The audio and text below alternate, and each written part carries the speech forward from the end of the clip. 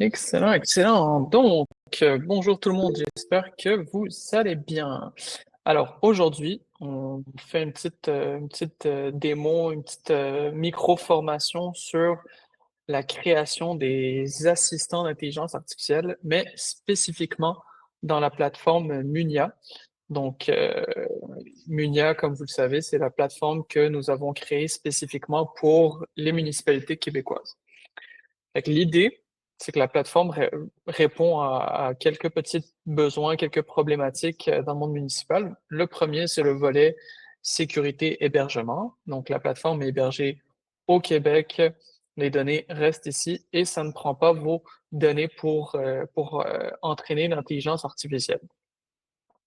De l'autre côté, ben, elle vient avec une suite d'assistants qui sont spécifiquement conçus pour les municipalités. Toutefois, vous avez la possibilité de créer vos propres assistants.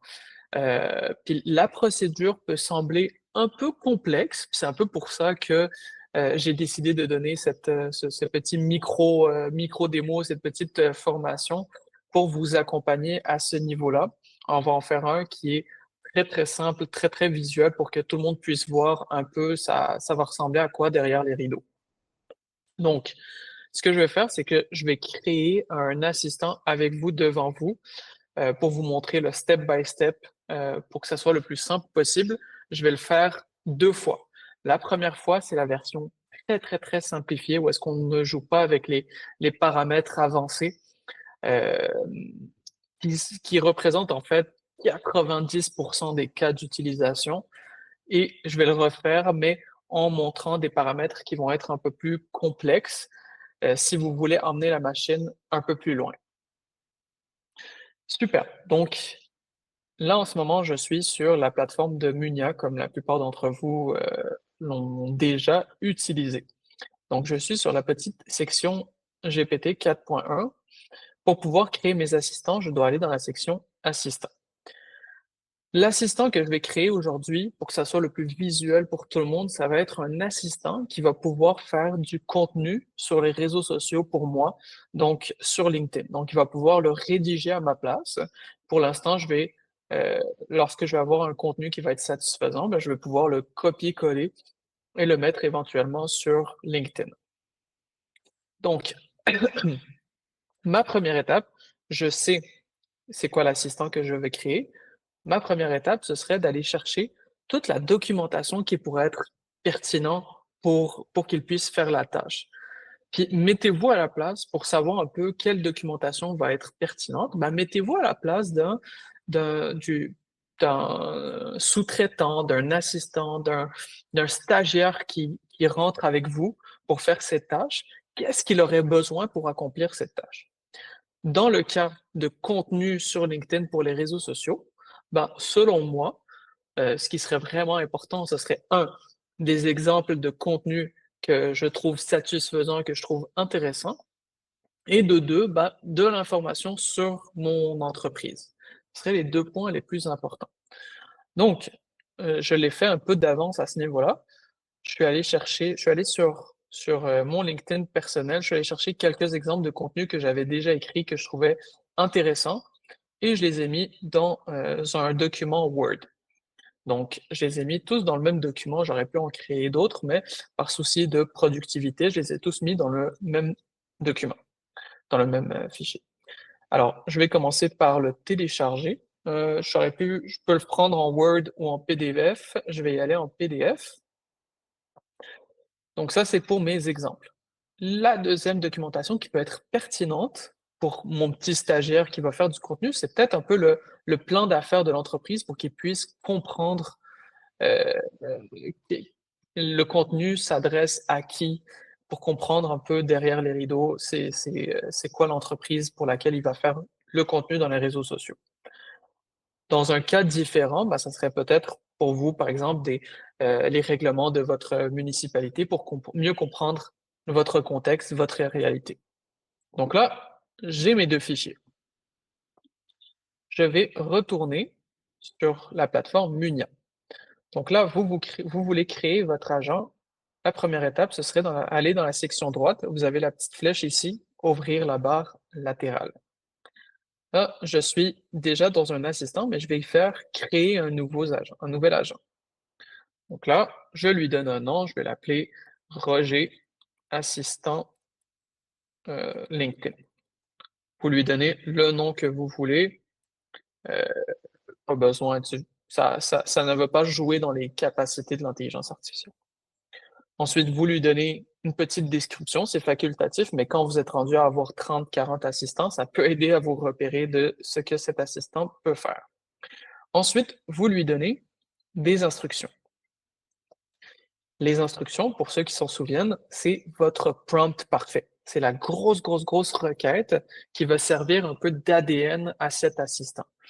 Donc, on fait un petit retour juste pour voir un peu c'était quoi le prompt parfait. Je l'ai ouvert ici. Donc, les différents points pour faire un prompt parfait, on a le rôle, la tâche, l'objectif, le contexte, contrainte, tonalité et format. Là, j'ai un petit exemple ici où est-ce que c'est un assistant spécialisé en gestion de risques qui identifie les risques potentiels des décisions prises. Son objectif est de mitiger ces risques. Il assiste l'équipe de Venise en Québec, etc., etc. Alors, ce que je vous propose pas de l'écrire nécessairement parce que ça peut prendre du temps. Aujourd'hui, ce qu'on va faire, c'est qu'on va tricher. Ce qu'on va faire, c'est qu'on va prendre un assistant qui a déjà été créé pour pouvoir faire mes petits prompts pour moi. Donc, prompt structuré agent GPT en administration. Donc, cet assistant-là qu'on a déjà préalablement créé va pouvoir me générer mon prompt parfait qui va me servir d'instruction dans mon assistant. Donc, ça, c'est ma deuxième étape, créer le prompt parfait en utilisant l'assistant prompt structuré pour l'agent GPT en administration. Excellent. Je vais activer la fonction micro. Je vais m'assurer que mon compte est en français. Excellent. Parfait. On va l'autoriser. Donc, tu vas m'aider à créer une requête standardisée qui va me permettre de créer du contenu sur les réseaux sociaux, spécifiquement LinkedIn. Donc, le contenu va être lu par les directeurs généraux des municipalités québécoises. Il faut absolument que le contenu qui va être généré par la requête ou par l'assistant soit très intéressant pardon, pour les directeurs des municipalités québécoises. Le contenu doit être professionnel, mais apporter peut-être une petite touche humoristique pour qu'il soit le plus pertinent possible. Ce qui est super important quand on fait du contenu sur LinkedIn, c'est la première phrase. La première phrase doit être euh, extrêmement intéressante pour que le lecteur soit intéressé à lire le reste du contenu généré. Donc, voilà. Je vais m'arrêter ici. J'ai beaucoup parlé. On va voir ce qu'il va me proposer.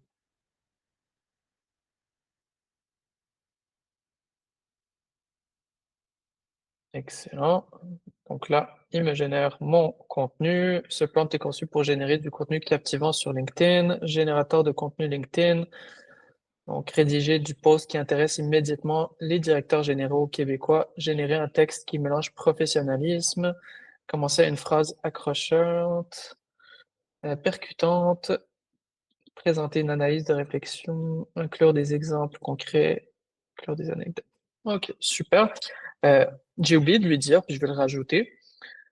Euh, L'assistant devra toujours se référer aux exemples de posts LinkedIn que j'ai déjà créés pour reproduire mon style d'écriture.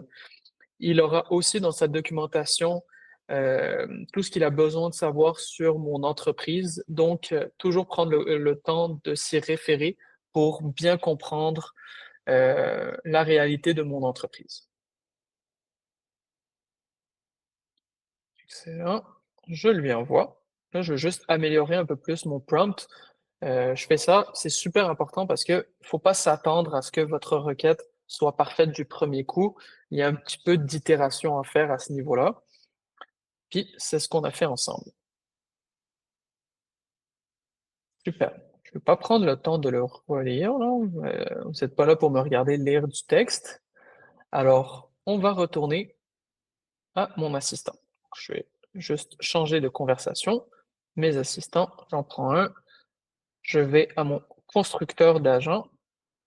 Est-ce que je l'avais créé? Non. Donc, créer Roger, assistant LinkedIn. J'aurais pu lui donner une description et je lui donne mon instruction. Excellent. Donc là, j'ai même pas eu besoin de me casser la tête à créer le prompt parfait. Vous pouvez le faire générer. La prochaine étape à l'intérieur de Munia, c'est de sélectionner votre modèle. Le modèle, c'est un peu le fournisseur, c'est l'intelligence artificielle de structure qui va être utilisée pour créer votre assistant.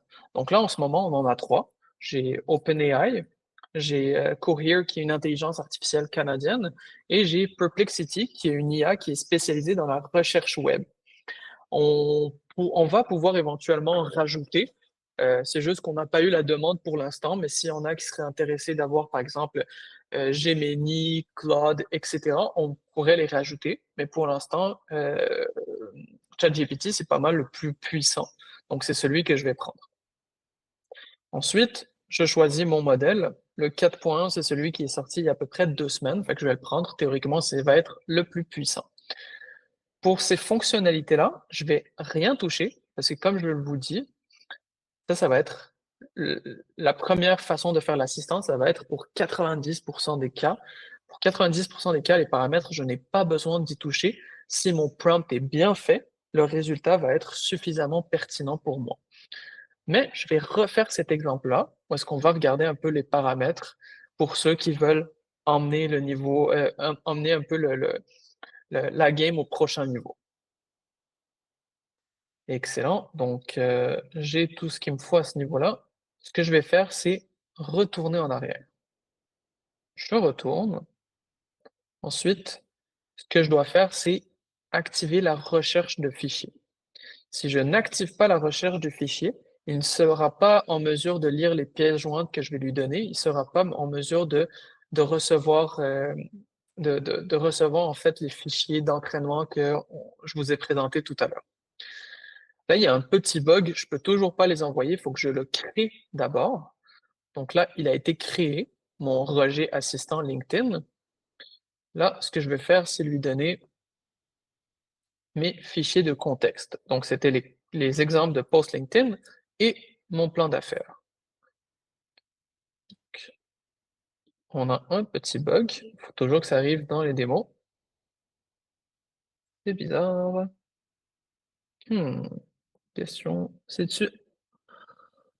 Ah, ok, j'étais dans le OCR, ça doit être pour ça. Ouais, exactement. Donc, j'étais pas dans la bonne section, j'étais dans le OCR. Le OCR, c'est pour des images. Donc, il va être en mesure de lire des images. Qu'est-ce que je veux dire comme image? Ben, par exemple, si vous avez des fichiers faxés, ou est-ce que c'est pas du texte? Ben, c'est du texte, en fait, mais c'est comme un peu photographié. Ben, vous allez pouvoir le mettre dans cette section. Et moi, ça a été des fichiers PDF et des fichiers doc. Donc, je lui donne. Celui-ci était un petit peu plus lourd. Et voilà, il les a dans ses données d'entraînement. Ensuite, je sauvegarde et mon assistant est prêt. Donc, ça a été super simple. J'ai même pas eu besoin de faire mon prompt. J'ai juste eu besoin de lui donner mes petits fichiers. Fait que ça, c'est pour 90% des cas lorsque j'ai quelque chose de simple. C'est sûr que l'assistant, il va pas être parfait du premier coup. Il va avoir de l'itération. Il faut le tester.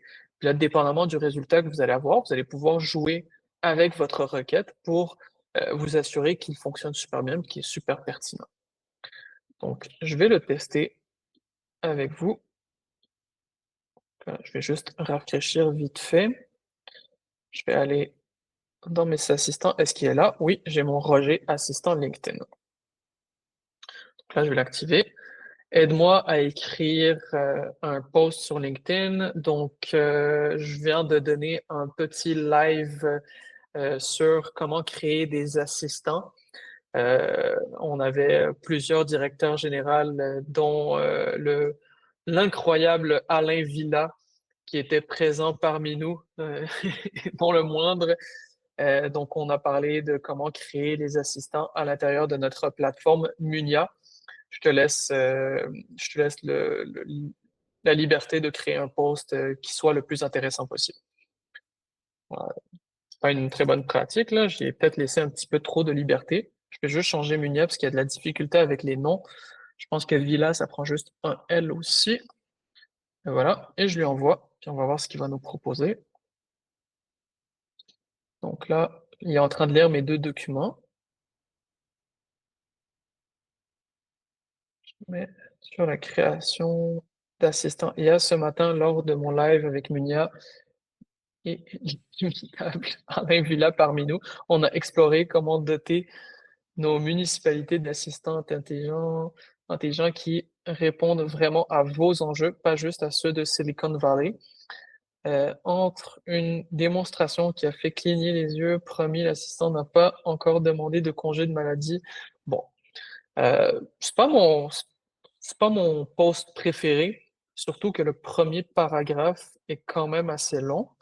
Donc là, ce que je devrais faire, c'est euh, travailler mon prompt parfait pour avoir un résultat qui est plus pertinent. Sinon, ben, je peux faire de l'itération directement dans ma conversation. Je pourrais lui dire, j'aime pas beaucoup le post que tu as créé.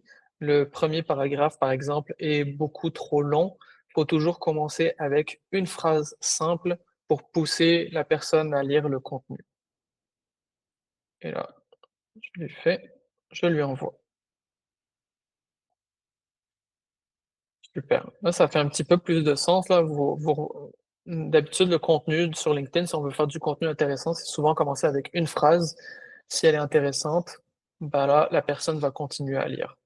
C'est quelque chose d'un peu plus simplifié, pas trop d'émojis. Personnellement, je suis pas fan, j'en mets deux, trois maximum dans mon contenu. Donc, je lui dis ça, mais j'aurais très bien pu aussi travailler mon prompt pour lui dire de toujours m'écrire une première phrase par rapport à mon contenu. L'idée derrière cet exemple, pour que peu importe ce que vous faites dans votre quotidien, vous puissiez un peu comprendre comment ça fonctionne, mais l'idée, c'est ça, c'est d'avoir un prompt qui va être super pertinent pour l'assistant puis qui va vous donner quelque chose de hyper puissant. Excellent. Alors, j'ouvre la nouvelle conversation, je retourne à mon assistant Roger, et là, je vais retourner dans le constructeur d'agents. Je vous ai montré la version 1 qui est très, très simplifiée pour créer un agent. Mais on peut emmener ça plus loin. Puis là, ça devient un peu plus complexe pour ceux qui ne se sentent pas à l'aise. Jouez pas là-dedans.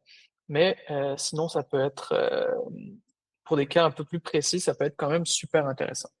Lorsque j'ai eu à choisir mon modèle, je pouvais, je pouvais changer certains paramètres, comme par exemple la température.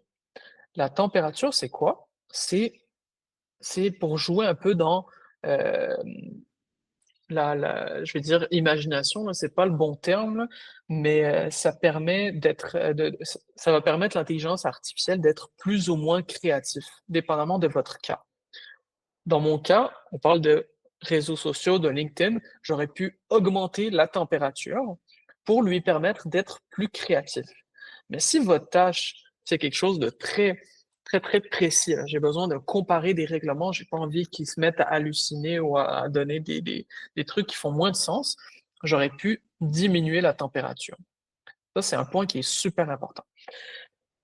C'est beaucoup du cas par cas.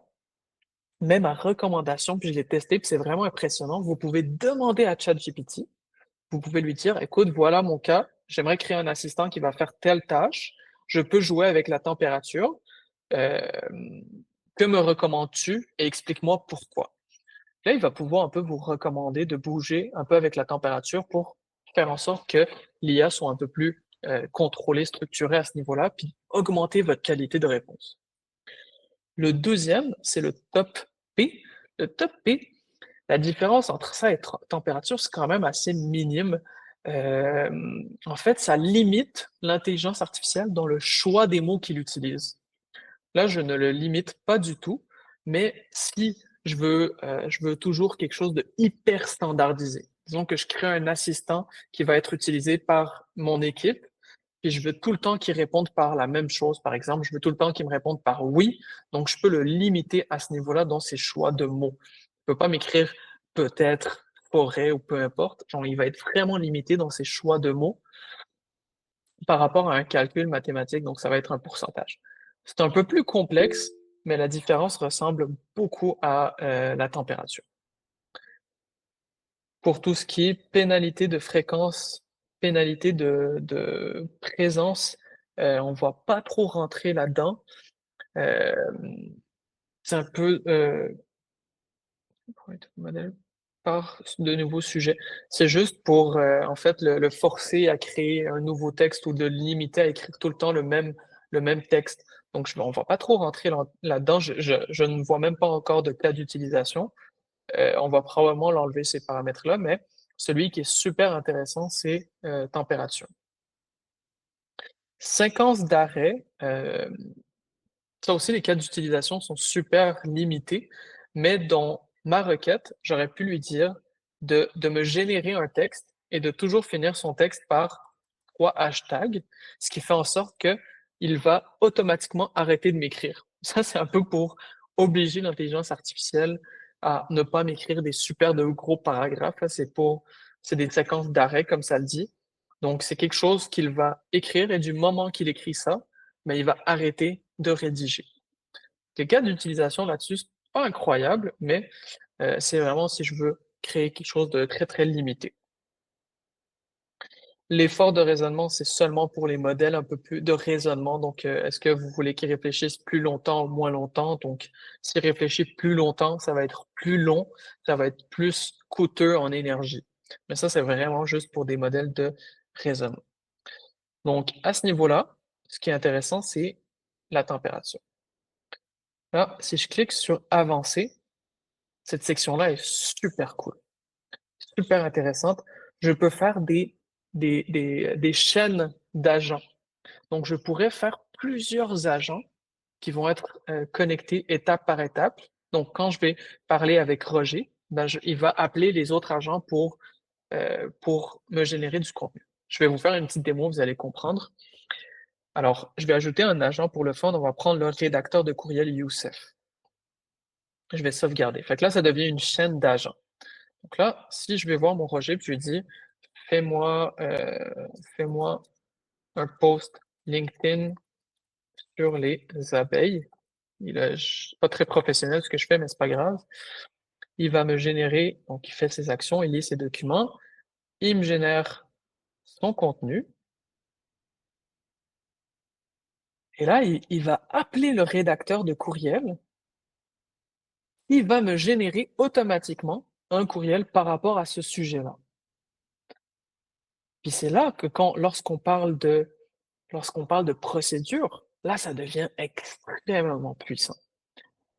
J'aurais pu, par exemple, faire, au lieu de un assistant qui fait du contenu sur LinkedIn, j'aurais pu faire un assistant qui me génère seulement la première phrase, qui est spécialisé là-dedans, qui envoie la première phrase à l'assistant qui me génère mon contenu, qui envoie tout ce contenu à l'assistant qui me génère un courriel pour que je puisse envoyer à tous les DG le sujet de mon post sur LinkedIn. Là, je prends un exemple qui est super simple, mais ça peut aussi être vos procédures à vous.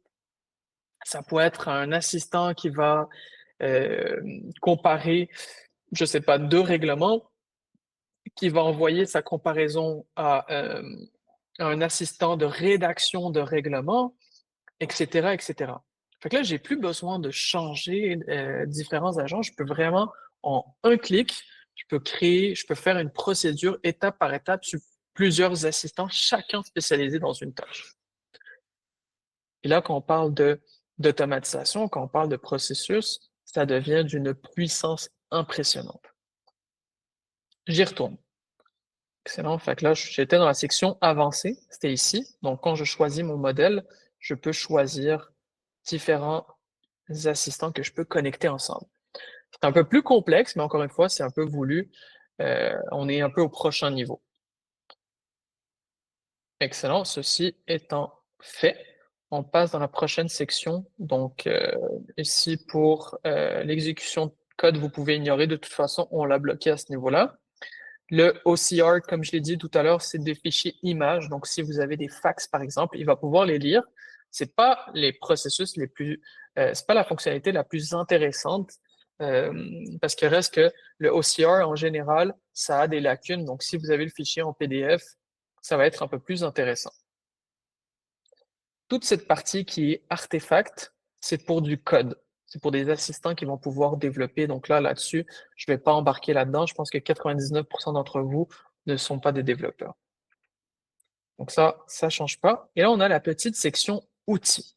Petite section outils, on est en train de travailler là-dessus, mais ça va être extrêmement intéressant dans le futur. Mais je peux connecter différents outils à mon assistant.